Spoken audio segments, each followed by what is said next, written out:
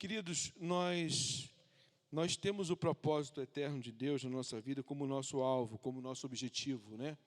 Como a direção que temos a caminhar, a andar, a seguir, o que devemos ser, a imagem e semelhança de Jesus. Amém?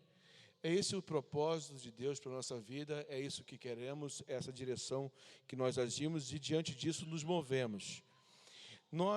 Mas para sermos parecidos com Jesus, precisamos conhecê-lo, né? Deus nos fez a sua imagem e semelhança, e para nos parecermos com Ele, precisamos conhecê-lo.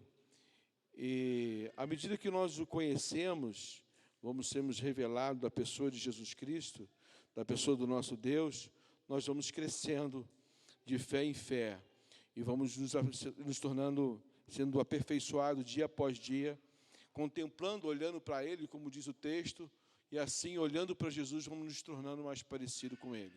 Precisamos saber quem Ele é. Temos aprendido ao longo das pregações, das ministrações, dos estudos da palavra do Senhor, lendo a Escritura, quem Ele é.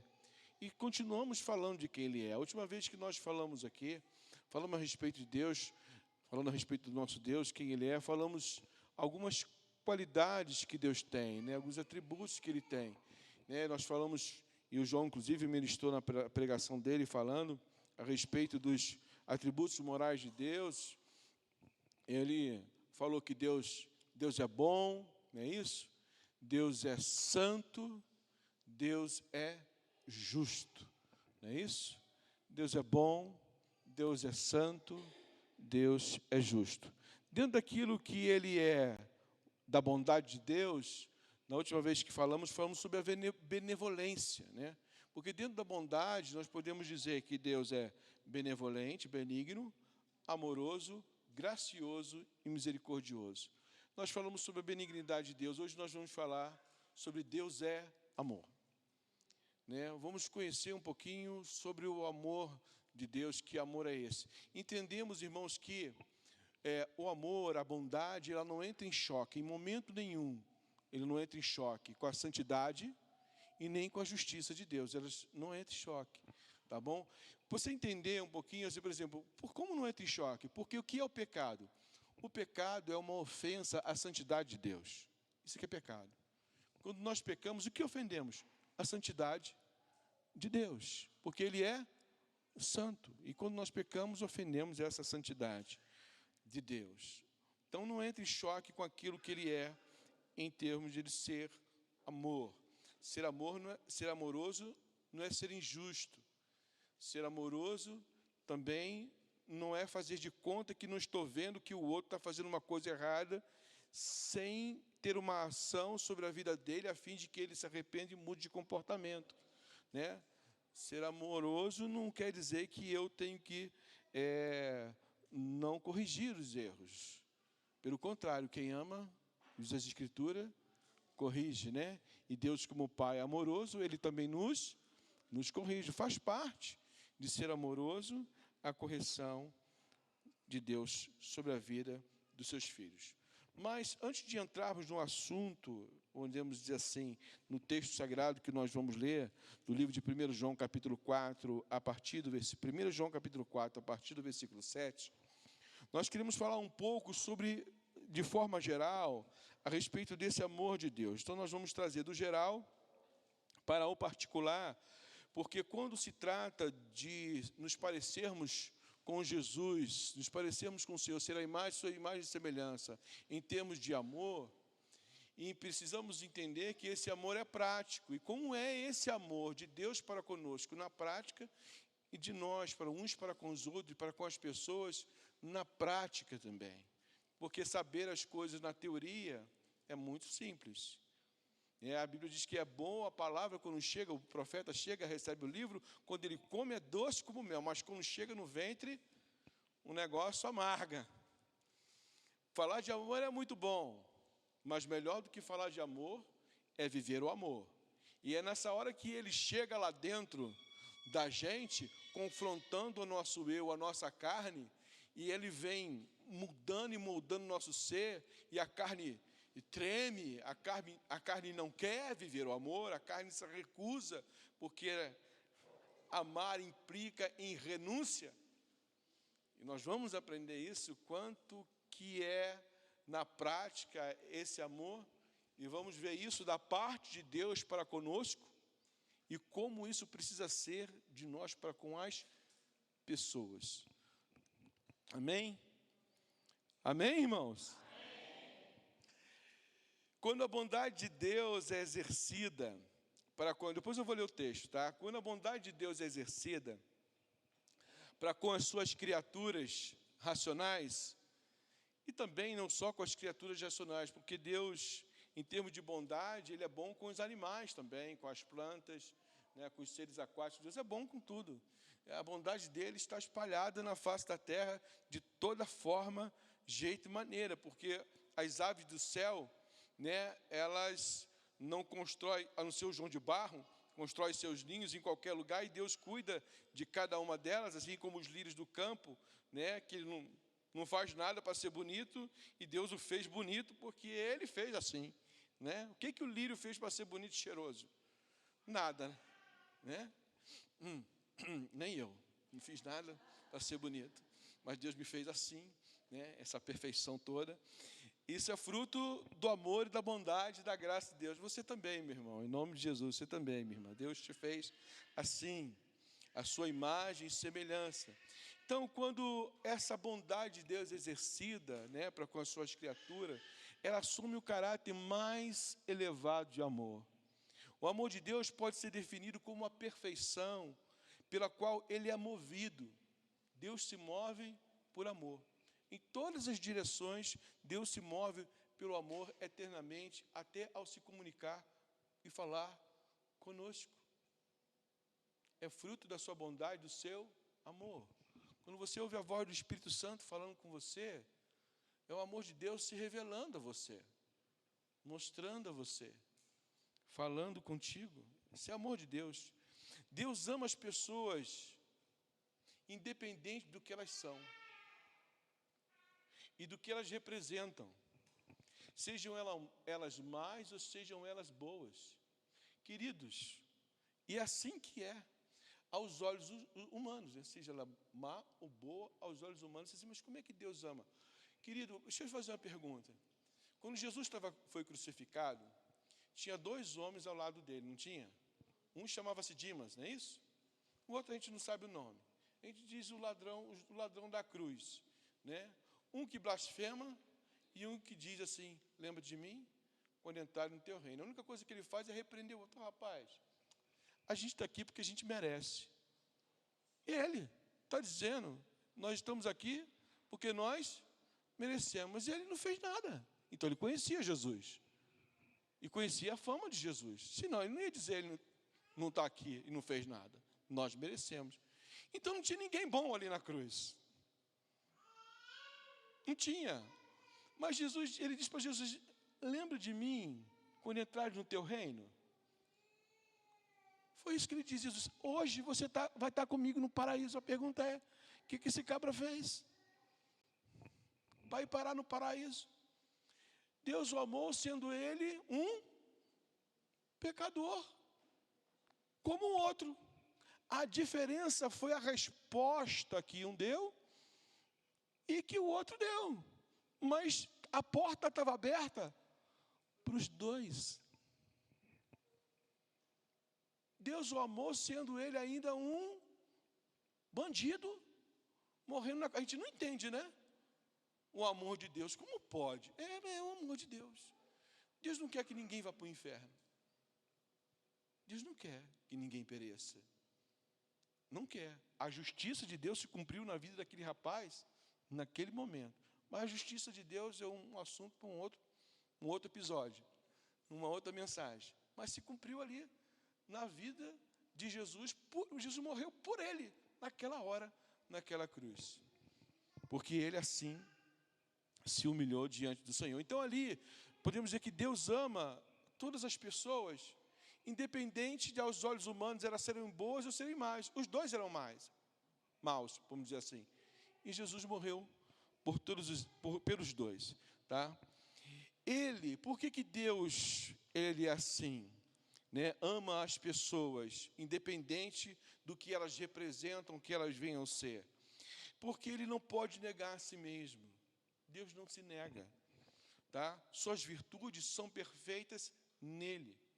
E o texto que nós vamos ler diz que Deus, ele é amor, ele é a perfeição dessa virtude, amor. Ele não pode ser nem mais, nem menos. Deus não ama mais, nem ama menos. Ele não pode ser mais, ele é a perfeição em amor, e é o que ele é. A perfeição em amor, isso que Deus é. Então, essas virtudes são perfeitas nele. Todos são amados por ele. Embora que nem todos os seres humanos reconhecem a Deus. E nem todos também sequer percebem quem Deus é e o amor que ele tem por cada um de nós. Até muitos, com as suas atitudes e intencionalmente, procuram aborrecer-o com as suas más obras, com seus pecados, com as suas más atitudes. Existem pessoas assim? Existem. E Deus deixa claro em sua palavra que ele ama a todos. Quando a gente lê o livro do Evangelho de João, capítulo 3, versículo 16, nós sabemos esse versículo de cor, né? Porque Deus amou o mundo de tal maneira que deu seu Filho unigênito para que todo aquele que nele crê não pereça, mas tenha a vida eterna. O versículo 17 diz assim: porquanto Deus enviou seu Filho ao mundo, não para que julgasse o mundo, mas para que o mundo fosse salvo por ele. Então Deus amou todas as pessoas, para que diga comigo, todo. Deus amou todos. Deus enviou seu Filho para morrer na cruz por toda a humanidade. Não foi por alguns que se acham bons. Pelo contrário, né? Jesus morreu por nós e nos amou, sendo nós ainda o quê? Pecadores. Jesus morreu por nós, pecadores. Não tinha ninguém, Jesus não morreu por ninguém que era bom. Ninguém que era bom. Jesus morreu pelos pecadores, dos quais nós estamos incluídos no meio dele. E fomos alcançados por esse amor poderoso de Deus. Deus amou até os homens que o têm como inimigo. Tem gente que se declara inimigo de Deus. Jesus morreu por ele e Deus continua amando essa pessoa a si mesmo. Assim mesmo. Porque ele manda sol e chuva para essas pessoas também. Então ela continua sendo amada, continua sendo sustentada por Deus, mesmo ela tendo uma atitude de contrária a Deus, o odiando, falando mal dele, dizendo que não deve a seu respeito, dizendo até que ele não existe, dizendo que ele é um mito, uma ideia inventada. Deus continua amando essa pessoa, mesmo assim. Ele não muda em função das nossas atitudes, tá certo? E quando se fala a nosso respeito, ele fala a respeito desse amor, ele diz assim: eu porém vos digo, amai os vossos inimigos e orai pelos que vos perseguem, para que vos torneis filhos do vosso Pai Celeste. Olha, ama o teu inimigo para você ser filho do Pai Celeste, porque amar amigo é fácil. Não é fácil? Amar filho é fácil? Nem sempre, né? Eu vi um pastor dizendo que o filho dele aprontou e ele disse: meu filho, agora eu entendo os animais quando come seus filhotes.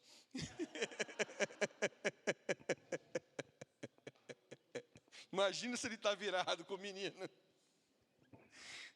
né? Às vezes eles extrapolam um pouco, mas o pai continua amando do mesmo jeito, né? E ele diz: vos tornei filho do vosso Pai Celeste, porque ele faz nascer o sol sobre os maus e os bons, vi chuva sobre justo e injusto. Deus faz isso para com todos. E Deus quer que nós, como filhos de Deus, tenhamos essa atitude de amar, inclusive, as pessoas que nos odeiam. Ter essa atitude de amor. Nós somos filhos de Deus, queridos. filhos por adoção. Deus nos adotou. Que amor é esse de pegar pessoas imperfeitas, pecadores como nós éramos, vivíamos nesse caminho, né, em direção ao pecado, e de repente Deus faz com que nós tornemos filhos por adoção.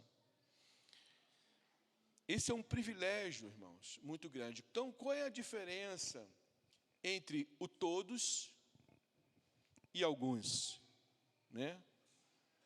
A diferença entre todos e alguns e a igreja é porque a igreja são aquelas pessoas, a igreja que eu digo o corpo de Cristo, as pessoas que nasceram de novo, são as pessoas que entregaram a sua vida debaixo da autoridade do governo de Jesus, e porque creram, está no livro de João, capítulo 1, versículo 12, né? Mas todos quanto receberam Jesus na sua vida como seu Senhor, se tornaram filhos de Deus, e filhos por adoção, como diz o texto de Gálatas, capítulo 4, versículo 4, 6, diz assim: vindo, porém, a plenitude do tempo, Deus enviou o seu Filho, nascido de mulher, nascido sob a lei, para resgatar os que estavam sob a lei, a fim de que recebemos a adoção de filhos.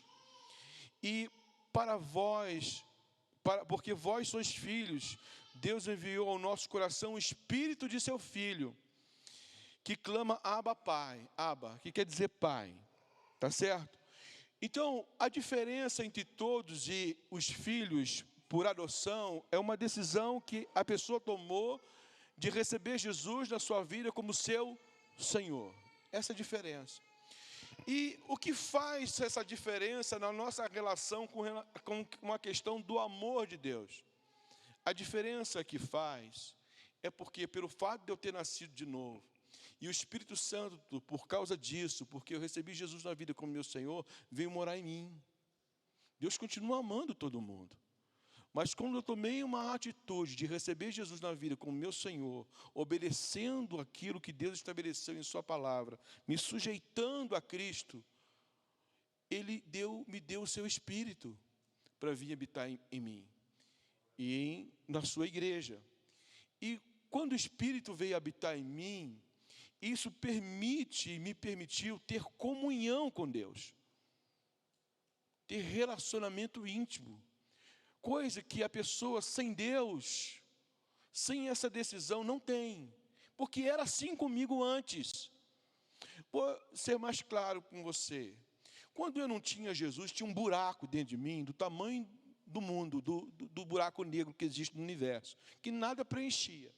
Diversão nenhuma preenchia, bebida não preenchia, futebol não preenchia, nada preenchia esse oco que havia dentro de mim. Por mais que eu buscasse, de alguma maneira, distrair a minha mente, isso não preenchia. No dia que eu recebi Jesus na minha vida, eu disse: Deus, eu te quero na minha vida. É sério. Falei sério, eu tinha 14 anos de idade, disse: é sério. Eu falei para Deus dessa forma: é sério, é de verdade. O Espírito Santo veio habitar em mim. Naquele dia eu me tornei filho por adoção. Eu fui adotado como filho de Deus. E o Espírito veio habitar em mim. A partir daquele momento eu comecei a ter comunhão com Deus, presença de Deus em mim. Isso é, assim, maravilhoso. É um amor que não tem como medir. Porque Deus nos dá o seu Espírito para habitar dentro de nós. É mais forte, mais poderoso do que o amor que você tem pela tua esposa. É mais forte, mais poderoso do que o amor que a tua mulher tem por você. Do que o teu filho tem por você. E que você tem por ele. Por quê? Porque o amor que nós temos para com os nossos filhos é de fora para dentro. No cuidado, na casa, no trato, na enfermidade. Aquele cuidado que você tem de fora para dentro. Mas o de Deus não. É de dentro para fora. Deus habita dentro. Conhece todos os nossos pensamentos, todos os nossos sentimentos. E está sempre pronto a nos ouvir e ter comunhão conosco. Não existe uma comunhão mais íntima. Por isso que eu digo que essa comunhão com Deus ela é mais íntima do que a que eu tenho com a minha esposa. Olha que eu sou uma carne com ela. Mas é mais íntima. Porque Ele me conhece até o que eu não conheço a meu respeito. E se faz ser conhecido através dessa comunhão. Ou Ele não fala conosco quando nós erramos? Ou nos dá a direção querendo que nós acertemos? É isso que acontece. Esse amor intenso de Deus para com seus filhos adotados. Não porque somos bons ou melhores por ninguém, não. Fizemos uma decisão. É por isso que eu sigo ao Deus da Bíblia. Porque Ele é o único capaz de preencher esse espaço que existe no interior do homem. Nenhum outro Deus já é provado pode fazer isso. Nenhum Deus da mitologia, seja ela grega, seja ela da mitologia nórdica, pode preencher esse espaço que existe dentro do ser humano. Nenhum Deus, ninguém e nada nessa vida pode fazer isso. O apóstolo João, ele chega a dizer assim, 1 João capítulo 1, versículo 3, o que temos visto e ouvido, anunciamos também a vós outros, para que vós igualmente mantenhais comunhão com Deus. Ora, nossa comunhão é com o Pai e com seu Filho Jesus Cristo. Estas coisas, pois, vos escrevemos, para que a nossa alegria seja completa. Aonde nós somos completos, irmãos? Aonde temos alegria completa? Não existe outro lugar, em outro momento, que nós podemos ter uma alegria completa. Ou em outra pessoa, vamos dizer assim, que podemos ter alegria completa. Alegria completa só na comunhão com o Pai e com seu Filho, Jesus de Nazaré. Amém? É só ali que a alegria é plena. E eu vou dizer uma coisa para você. Se você tem essa comunhão intensa com Jesus, completa, plena, posso falar uma coisa para você? Esse amor não vai caber dentro de você. Porque essa comunhão é comunhão de amor, porque Deus é amor. Essa comunhão é comunhão de amor. De amor de Deus para com você, e nessa comunhão você também declara o seu amor e a sua gratidão para com Ele. Nessa vida intensa de relacionamento com Deus, isso transborda. Isso transborda para os lados. Sabe, minha irmã, quando você mais é amada pelo seu marido, é quando ele está mais íntimo de Deus. Sabe quando você mais ama a tua esposa? É quando o teu marido, quando você é mais íntimo de Deus. Quanto mais íntimo de Deus você for, quanto mais comunhão com Deus você tem, esse amor precisa se exalar, senão não é o Deus da Bíblia que você está tendo comunhão. Porque é assim que é. Quanto mais você ama a Deus, mais você ama os seus filhos. Quanto mais comunhão com Deus você tem, mais você ama as pessoas, seus irmãos. Quanto mais você tem relacionamento com Deus, mais você tem paciência, graça para lidar com as pessoas. Esse amor transborda.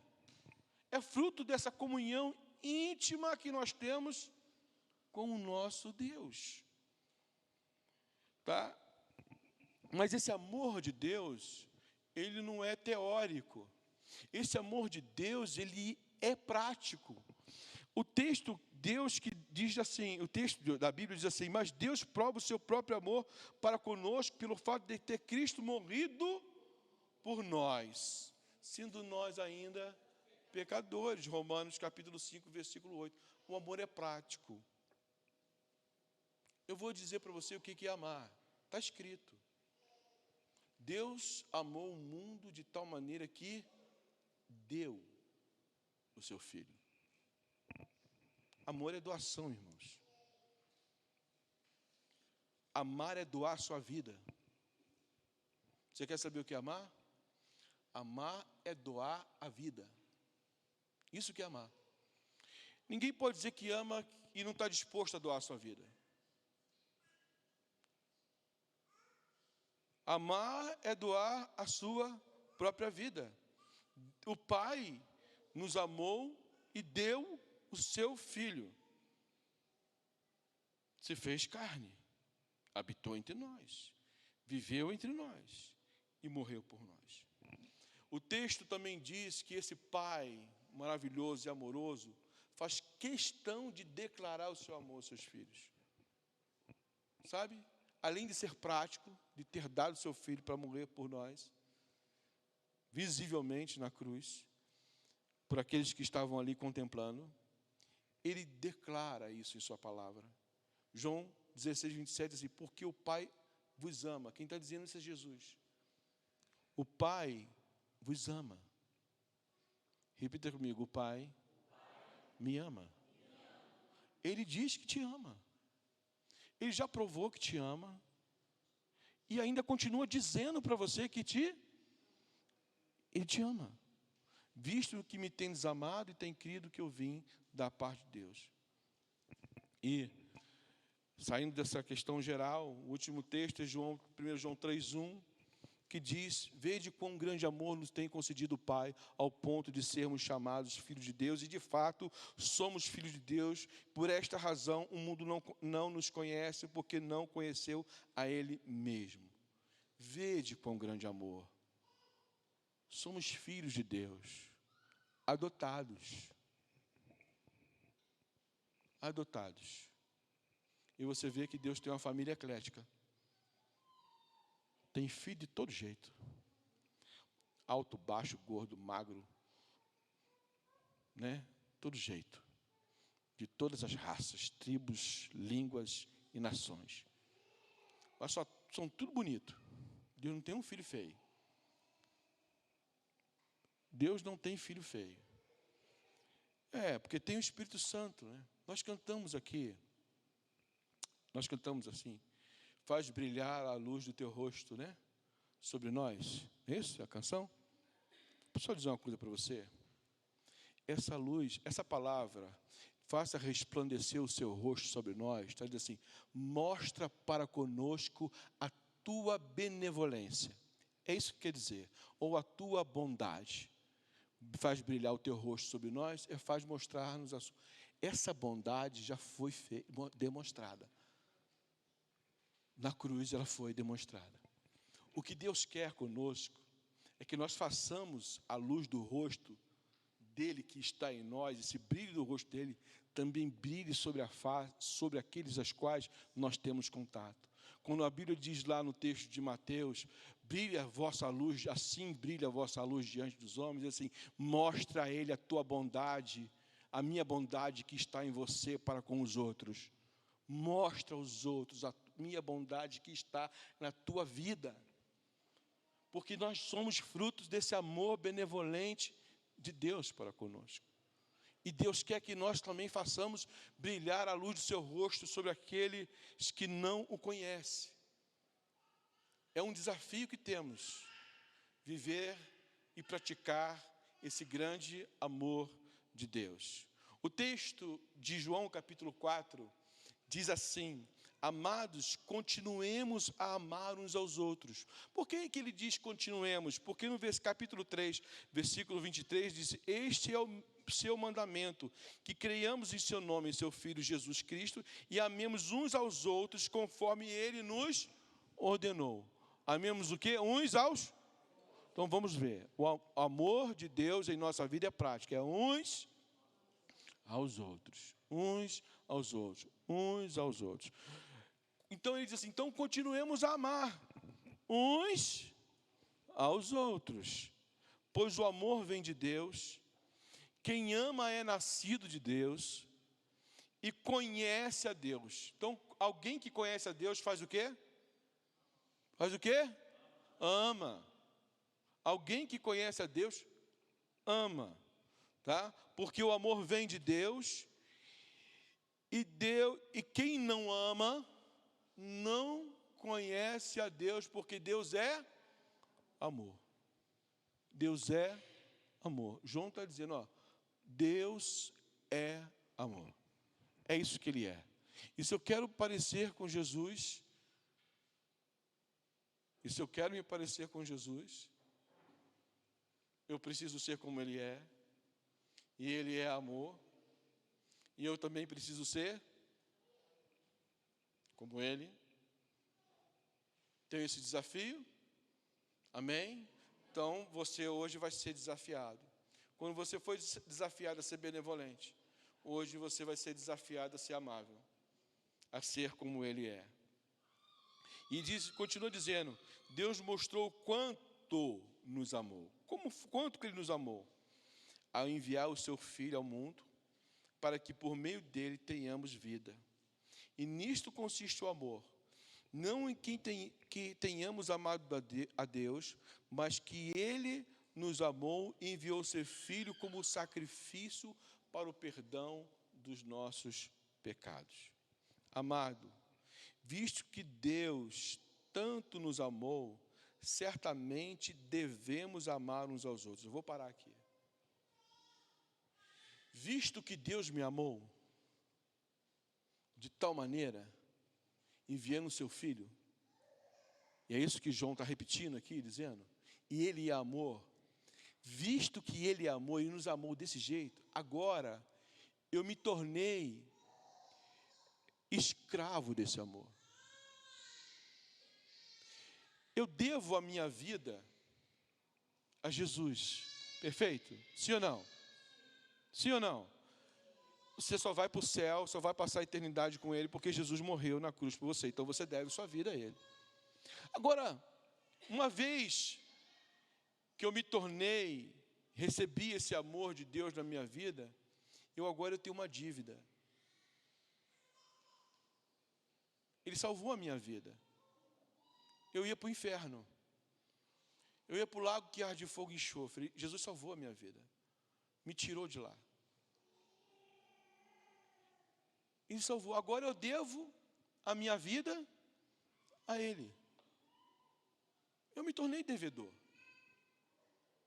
Ele me salvou, eu ia morrer. Agora eu tenho uma dívida com Ele. Essa dívida, que eu tenho, ela implica em eu ter que amar os outros. Visto que Ele me resgatou, me amou desse jeito, agora eu me tornei devedor. E agora eu tenho uma dívida com quem? Com os outros. De amar os outros. Eu fui amado. E eu preciso agora também amar. Eu tenho uma dívida. Como é que eu tenho que fazer? Eu tenho que amar. Agora, já que eu te amei, dessa maneira, você tem também que amar as outras pessoas. Porque você é uma pessoa amada. Você é amado. E eu vou dizer para você, nós temos todas as condições para amar as pessoas, mesmo em detrimento das situações de que passamos e vivemos com ela, que não é, muitas vezes, fácil de lidar. O texto diz assim, ninguém jamais viu a Deus, mas se amarmos uns aos outros, diga comigo, uns aos outros, você vai ver muitas vezes isso nesse texto. Eu não vou pedir para você ficar repetindo toda hora não, tá bom? Diz assim, Deus permanece em nós. Se amarmos uns aos outros, Deus permanece em nós. Tá? E seu amor chega em nós à expressão plena. Sabe o que é a expressão plena? O seu amor chega em nós à expressão plena. A palavra grega aqui é teleios, completo. Completo. Na medida completa, sem falta de nada. Quando nós amamos uns aos outros, nós vamos crescendo em amor. Nós vamos aperfeiçoados em amor. Até chegarmos a ser plenos, completos, sabendo quem somos, esses filhos amados e que também devemos amar e amamos uns aos outros. Nós vamos chegar a dizer na prática como é esse amor pleno funcionando, atuando no meio do corpo de Cristo, que é a igreja de Deus. Então em nós chega a expressão plena. Deus nos deu o seu Espírito como prova. Então Deus não somente nos amou, mas nos deu o seu Espírito como prova de que permanecemos nele e ele em nós. Então qual é a prova que nós temos? Que estamos em Jesus, que estamos em Deus e ele está em nós. Qual é a prova? O seu o quê? Espírito está em nós. Deus é amor? Sim. O Espírito Santo é Deus? Então, o Espírito Santo está em nós, o amor de Deus está plenamente, completo, pleno em nós. Está pleno. Dentro de nós. O que nós precisamos simplesmente é deixar Ele fluir do nosso interior. Então, temos todas as condições de amarmos as pessoas como Deus as ama. Porque o seu Espírito está em nós. Ah, mas se eu andar na carne, se você andar na carne, vai cumprir a concupiscência da carne, aí esse amor não vai se revelar de maneira plena. Mas se você andar no Espírito, não cumprir as concupiscências da carne, o amor de Deus é plenamente atuante na nossa vida, e nós temos condições plenamente de amarmos as pessoas como Deus as ama. O texto continua nos falando, diz assim: além disso, vimos os próprios olhos. Aí João está dando testemunho dele pessoal. Vimos com os nossos próprios olhos e agora testemunhamos que o Pai enviou o seu Filho para ser o Salvador do mundo.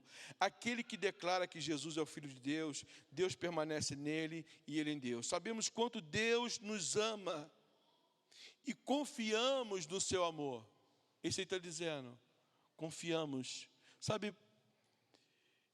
o João vem dizendo aqui a respeito do medo. O medo é a ausência da confiança no amor de Deus. Nós vamos chegar lá nesse texto. Ele diz assim: Deus é amor. De novo ele repete. Segunda vez que ele diz quem Deus é. Deus é amor. Deus ele é bom. Deus ele é Pai. Deus é amor. É uma declaração, ó. Deus é isso. Deus é amor, faz parte do seu caráter, está nele ao ponto de dizer que Deus é amor. Quem permanece no amor, permanece em Deus e Deus nele. À medida que permanecemos em Deus, nosso amor se torna mais perfeito. Lembra da prática do amor, da vida de comunhão com Deus? E ele está dizendo isso, à medida que permanecemos em Deus, fazendo sua vontade, praticando a sua vontade, à medida que nós permanecemos fazendo a vontade de Deus, matando a nossa carne todo dia, fazendo a vontade de Deus, tirando a nossa humanidade de lado e fazendo a vontade de Deus, à medida que nós permanecemos no Senhor, fazendo a sua vontade, nosso amor se torna mais perfeito, vai se tornando cada dia mais puro, mais limpo, mais claro, menos, como eu posso dizer assim, contaminado com os pecados nossos. Nós vamos nos limpando, tirando, por exemplo, o medo de dentro de nós, vamos tirando o egoísmo de dentro de nós, porque não tem como ser pleno em amor e ser egoísta. Nós vamos abrindo mão do nosso egoísmo, vamos abrindo mão dos nossos prazeres, vamos abrir mão daquilo que nos atrapalha, nos desvinculando das coisas que nos atrapalham essa comunhão com Deus. E a cada dia que passa, vamos sendo mais perfeitos em amor. João diz isso para nós, à medida que permanecemos nele. E aí ele diz assim: assim teremos confiança no dia do julgamento, pois vivemos como Jesus viveu neste mundo. Como Jesus viveu nesse mundo? Diga comigo, amando. Foi assim que Jesus viveu. Eu já falei uma vez para você, Jesus sofreu preconceito, sim ou não? Nós vivemos um momento de preconceito religioso, irmão. Nós vivemos um momento de preconceito religioso. Não pense que as pessoas desse mundo olham para a igreja, e principalmente se tem um segmento que eles chamam de protestante, com bons olhos, não. São chamados de fundamentalista. É tanto nome que a gente tem, que só Jesus na nossa causa. Mas não importa. Para isso, não importa. Tem tantos nomes que a gente recebe. Sem nem nos conhecer. Por exemplo, a pessoa nem te conhece, mas quando você diz, eu sou de Jesus, acabou. Ele fecha a tampa do caixão, já te rotulou, já disse quem ele é, segundo os conceitos que ele tem na mente dele. Mas isso não nos move, não mexe conosco. Entendeu? Mas o texto diz que nós devemos viver nesse mundo, independente dessa forma, como esse mundo preconceituoso nos trata, e tratou Jesus, nós não devemos tratar o mundo, as pessoas do mundo, da mesma forma como elas nos tratam. Vamos dar um exemplo. Tinha um grupo dos fariseus, é um grupo, vamos dizer assim, partido político religioso da época de Jesus. Eles viviam pegando no pé do Senhor. Verdade? Sim ou não? Mas tinha um camarada que era um principal da sinagoga, então é um cara importante na cidade, que tinha uma filha que tinha morrido. O nome dele era Jairo. Vocês lembram dessa Jairo, porque ele era fariseu? E os fariseus viviam espiziando ele o tempo todo, armando uma armadilha para querer pegar ele? Sim ou não? Não. Na hora que Jairo chegou e disse: minha filha está morrendo, Jesus foi lá. Jesus sabia que ia morrer crucificado pela mão dos romanos? Sim ou não? Mas o centurião que ele curou e deu a vida do filho dele era o quê? Romano. Então, não é porque ele era romano, não é porque ele é judeu. Jesus entrou na casa de Simão, chamado Simão leproso, lembra? Simão leproso. E um camarada que tratou Jesus mal dentro da casa dele. Quem conhece o contexto, quando Jesus dá uma resposta para ele, porque o cara era preconceituoso. Essa mulher, se você soubesse quem é essa mulher que está aí nos teus pés, você não deixaria que isso acontecesse. Jesus, entrei na tua casa, tu não me beijou, não me ungiu, não lavou meus pés. E essa mulher está fazendo o que você não fez. Você me distratou, Simão, na frente dos teus amigos, do seu partido político, do teu grupinho, tu me distratou, cara. Em outras palavras, tu me distratou. Tu me tratou como um Zé Ninguém aqui na tua casa. Me convidou, acho que para me humilhar aqui na tua casa. Mas eu vim assim mesmo. Mesmo sabendo, eu vim assim mesmo.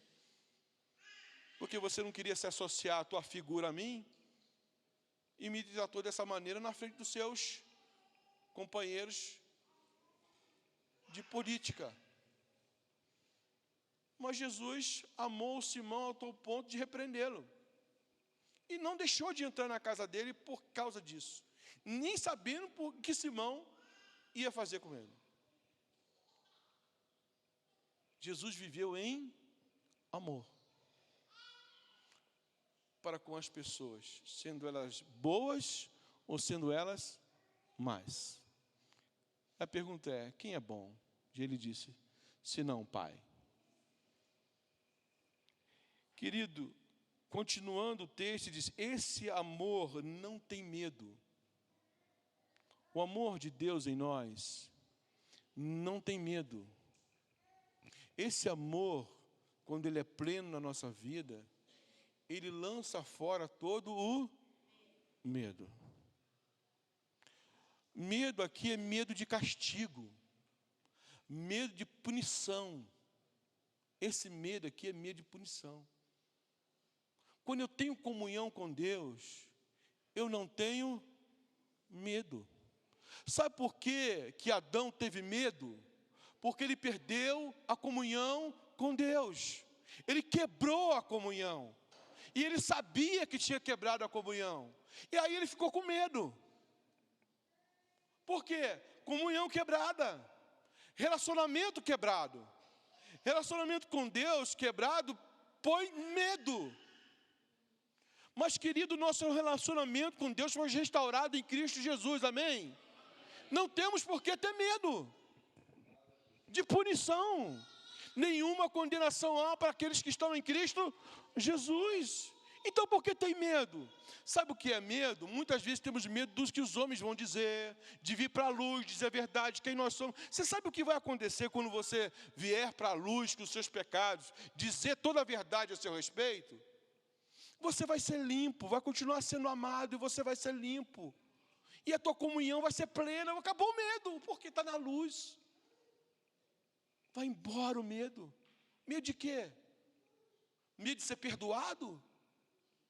Medo de ser lavado, de ser remido, de ser limpo? Medo? Está com medo do que os homens podem fazer? Não tem medo dos homens, não, irmão. Seja pleno. Receba a graça, receba o amor de Deus sobre a sua vida de forma plena. O perfeito amor, o amor pleno, o amor teleios, completo, ele afasta todo medo. Se temos medo é porque tememos castigo. Isso mostra ainda que não experimentamos plenamente o amor.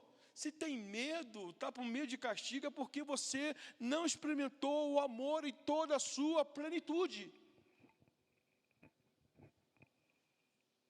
O verdadeiro amor tem comunhão, tem relacionamento íntimo, não tem medo. Tem relacionamento íntimo. Sabe por que nós amamos? Porque Ele nos amou primeiro. E se alguém afirma que ama a Deus e odeia o seu irmão, é mentiroso. Eu devo dar um ponto aqui. Que às vezes a gente acha ódio, né? Assim, raiva, indignação, ira. Mas quem disse que eu preciso estar com raiva, indignado, para estar com ódio? A maior expressão de ódio não é raiva, não é ira, não é indignação, é desprezo, indiferença. Isso é uma manifestação, maior manifestação de ódio. Indiferença, desprezo. Já matou. Quando você é indiferente, a pessoa está viva, mas para você ela não tem nenhuma importância. Quando você está com raiva, ela está viva. Se eu pudesse. Ela está viva. Sabe o que acontece quando uma pessoa está com raiva da outra e ela explode, fala um monte de coisa que não deve, descarrega todo, aquele negócio todo, né? Aí depois que ela faz tudo aquele negócio, passa, resolve e volta, não é? Eu disse tudo que tinha para dizer também, falei tudo que estava aqui, acabei de dizer, também acabou. Estou em paz, com a minha consciência. E se a pessoa disse tudo também, e se você teve a oportunidade de ouvir, e se sentou lá e depois, e agora? Como é que a gente vai fazer? Não, agora a gente vai continuar se amando, porque agora acabou, né? Resolveu? Vamos embora. A vida vai para frente. Perdoou, segue. Mas indiferença não resolve assim. Indiferença você sepultou a pessoa. E aí, tanto faz ela estar presente, é como se ela não tivesse. É como esse ventilador, como esse negócio aqui, que toda vez que eu venho pregar, ele está aqui do meu lado, mas eu esqueço, eu nem percebo que ele está aqui. Eu até bebi um pouquinho d'água.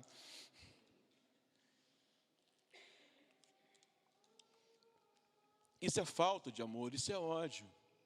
Querido, nenhum discípulo de Jesus pode ser indiferente. Como diz o João, fazer a egípcia, fazer de conta que o problema não é com você. Se nós amamos a Deus, devemos amar os nossos irmãos. E João, como eu já disse aqui, ele diz o que é amar. Ele diz assim, sabemos o que é o amor, porque Jesus deu a sua vida por nós. Então nós sabemos que amor é doação de vida. E ele diz assim, portanto, ou nós também devemos, né? Portanto, também devemos, eu tenho uma dívida, amar os nossos irmãos. Então, o que é amar os nossos irmãos?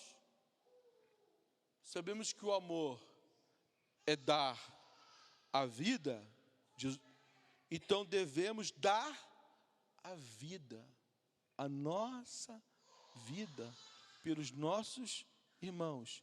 Então, como é que nós amamos os irmãos? Damos a nossa vida a Deus, por Ele.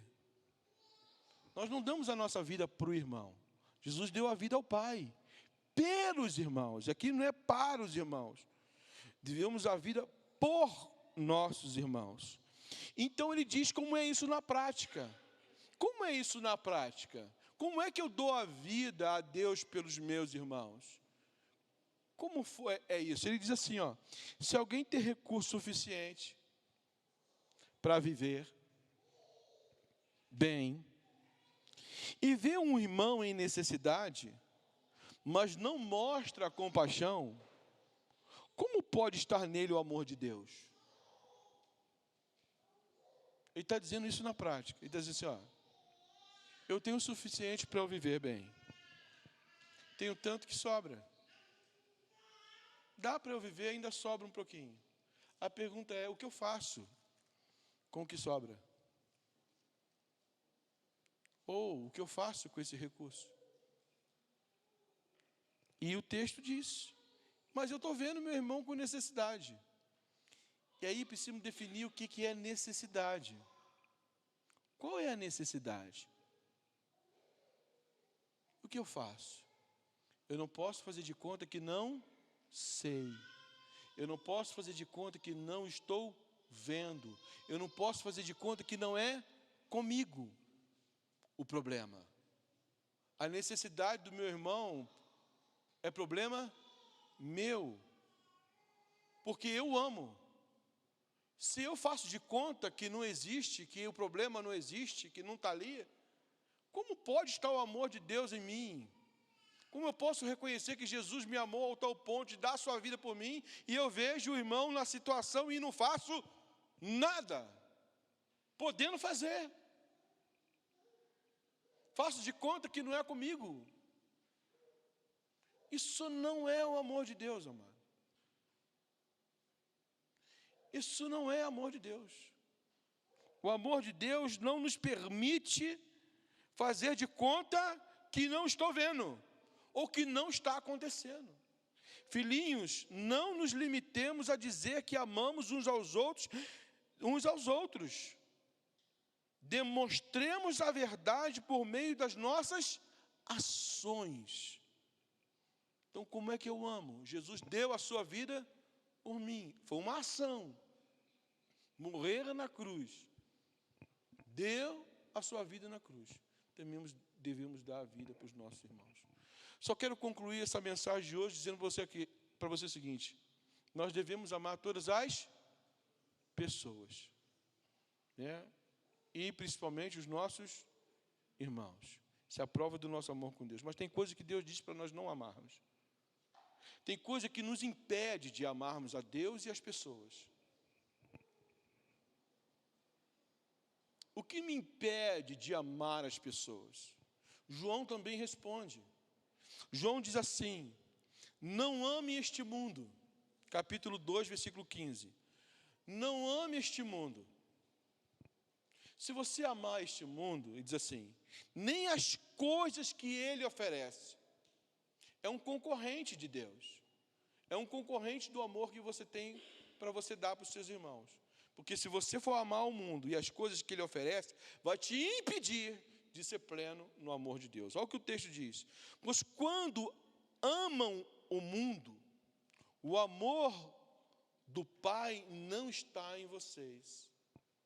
Mas como é isso? Como é que eu amo o mundo e esse amor que eu amo o mundo mostra que o amor do Pai não está em mim? Porque ele diz assim, ó, porque o mundo oferece apenas os desejos intensos por prazer físico. E se você ama o prazer físico, você não vai conseguir amar a Deus e não vai conseguir amar seus irmãos. Se você ama o prazer físico. E é em todos os sentidos. Prazer físico em todos os sentidos. Porque prazer físico não está limitado à relação entre homem e mulher, ou dessa natureza. Comer também é um prazer físico. E assim tantas outras coisas que promovem o prazer físico. Outra coisa que concorre com o amor e nos impede de viver esse amor de Deus. O desejo intenso por tudo que vemos. Já ouviu falar de consumista? Fulano é consumista. O que é uma pessoa consumista? Pessoa consumista é que tem o desejo intenso por tudo que vê. Ela vê, ela quer.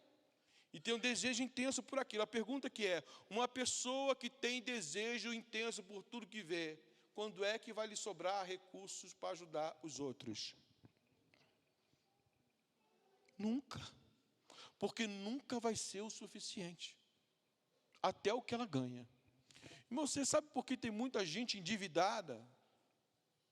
Ama intensamente tudo que vê. A Bíblia diz que os olhos nunca cansam de ver. Quer ver? Amar intensamente tudo que vê, uma coisa que a gente gosta, todo mundo gosta. Porque, irmãos, pensa bem, quando ele está falando de amor intenso. Não é gostar daquilo que vê. É amor intenso.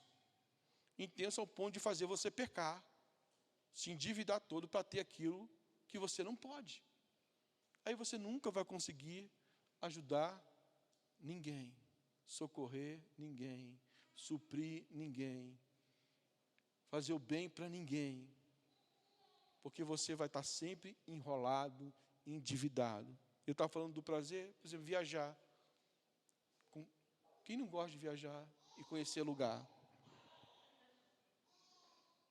É o prazer de ver. O que você vai fazer lá? Vou ver. O que você vai fazer, né? Em Paris? Ver a Torre Eiffel, aquele monte de ferro amontoado assim. Aí você bate uma foto cara, pra chuchu. Eu vi como? Com os meus olhos, eu fui lá. Quanto custou? 10, 15 mil.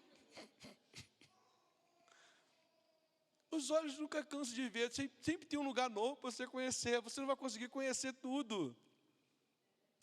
Eu gosto de uma teoria de um pastor que diz assim, quando Jesus voltar, eu vou estar com ele, eu não vou ter limites desse corpo, então eu vou poder conhecer o mundo inteiro, sem pagar a passagem.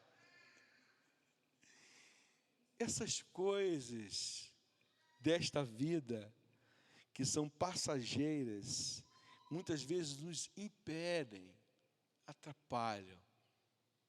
Viver com contentamento é uma grande maravilha. Com aquilo que Deus te deu, com aquilo que você tem. Então, o desejo intenso por tudo que vê é um inimigo do amor. E para concluir, ele diz assim, e o orgulho de nossas realizações e bens. Sabe, o orgulho da realização? A pessoa às vezes vive a vida inteira, fazendo uma coisa que ele nunca vai desfrutar dela, da realização. Vou dar um exemplo para você. Dizem que o Taj Mahal foi um presente que é um príncipe, um rei, não se lembro, acho que foi um príncipe, um homem poderoso, deu de presente para a esposa. Fez para dar de presente para a esposa. Só que ele demorou 200 anos para ser construído. A mulher não recebeu o presente. Mas o desejo da realização, eu fiz. Levou a vida inteira todos os bens e recursos que tinha para realizar um sonho do qual ele nunca ia desfrutar. Então, quando ele diz assim, o desejo intenso, o orgulho, a soberba das realizações, dizer, eu fiz, e dos bens, de construir, amontoar tesouro nesse mundo, quem tem isso por meta, nunca vai conseguir ajudar ninguém. Por quê? Porque eu tenho sempre algo faraônico para fazer. Porque o que eu quero nas realizações, no acúmulo de bens e realizações, é ter o meu nome célebre.